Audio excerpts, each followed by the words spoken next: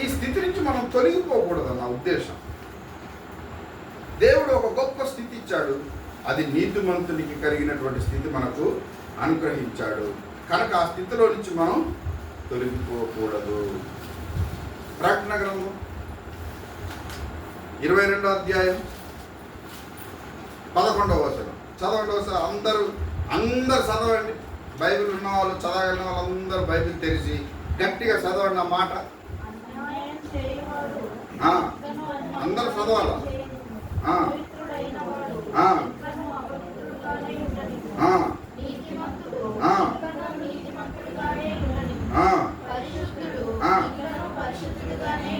అది చాలు. ఇంకా పరిశుద్ధుడు అపవిత్రుడు అయిపోకూడదు, నీతిమంతుడు అవినీతిమంతుడుగా మరి నీతిమంతుడుగానే ఉండాలి, పరిశుద్ధుడుగానే ఉండాలి.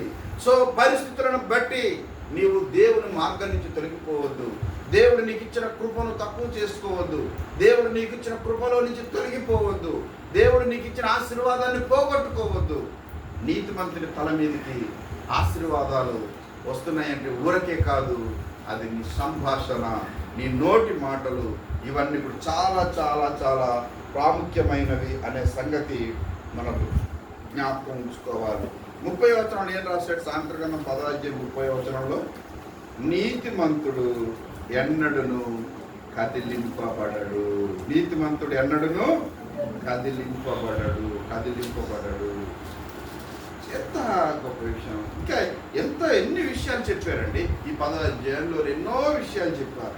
మనం 16వ వచనం చదివితే నీతిమంతుని కష్టార్జితము జీవదాయకము అని చెప్పాడు. నీతిమంతుని కష్టార్జితం జీవదాయకము అనే విషయాన్ని జ్ఞాపకం చేశాడు.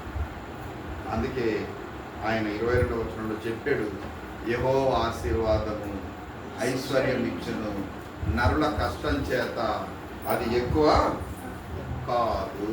యెహోవా ఆశీర్వాదము ఐశ్వర్యం ఇచ్చును, నరుల కష్టం చేత అది ఎక్కువ కాదు. దేవుడు ఎవరిని ఆశీర్వదించాలంటే వారిని ఆశీర్వదిస్తాడు.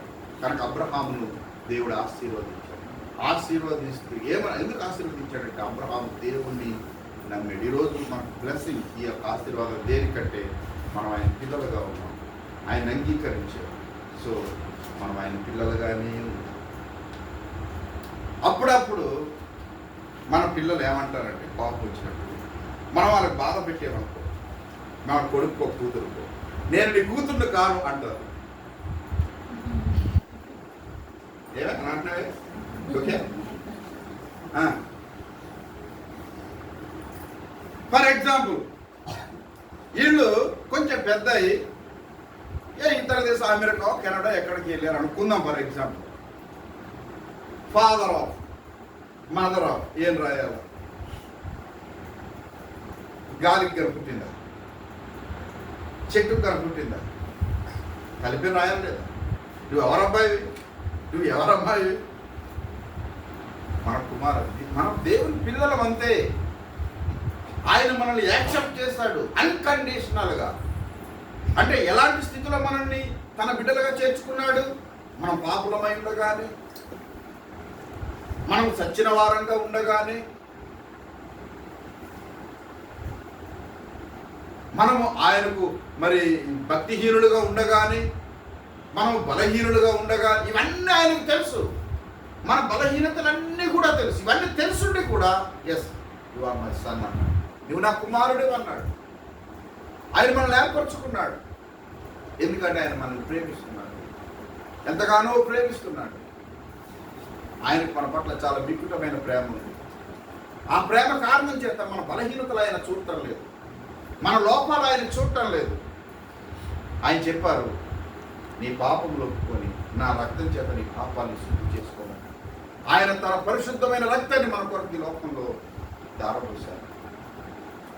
మనము ఉచితంగా నీతిమంతులం అవుతున్నాం ఇప్పుడు. ఎందుకంటే క్రీస్తు యేసు వారు కాచిన రక్తం చేత మనము శుద్ధి చేయబడి ఉచితంగా నీతిమంతులుగా తీర్పు పొందాం.